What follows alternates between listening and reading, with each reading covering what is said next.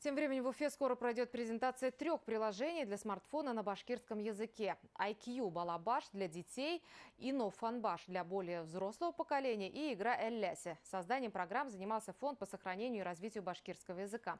Расскажет Анастасия Ильчебаева. Позволит нам выучить более 400 слов. Здесь у нас по темам 5 разделов разделены по темам.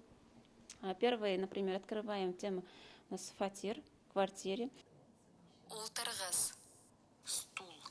Вместо учебников и словарей приложение в смартфоне Ино Фанбаш. Первая подобная программа для изучения башкирского языка. Она состоит из 5 разделов. Квартира, город, покупки, путешествие, человек. Создатели постарались внести туда самые необходимые слова и наглядно продемонстрировать их значение. Аудитория для начинающих.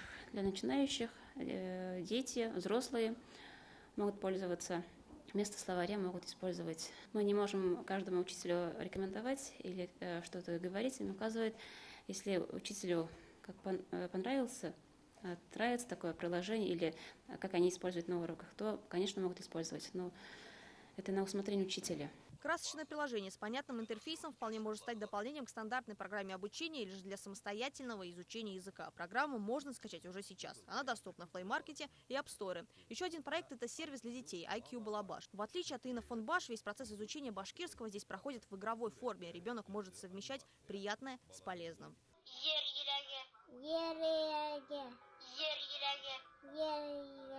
Но вспомнить детство могут и взрослые. Изучать башкирский можно и с помощью приложения Эль-Ляси. Это своеобразная версия известной настольной игры Алиас. За короткое время необходимо объяснить товарищу по команде как можно больше слов, не употребляя их и не используя однокоренные. Наша команда молодых ребят обратилась к разработчику, чтобы данное мобильное приложение локализовать под башкирский язык.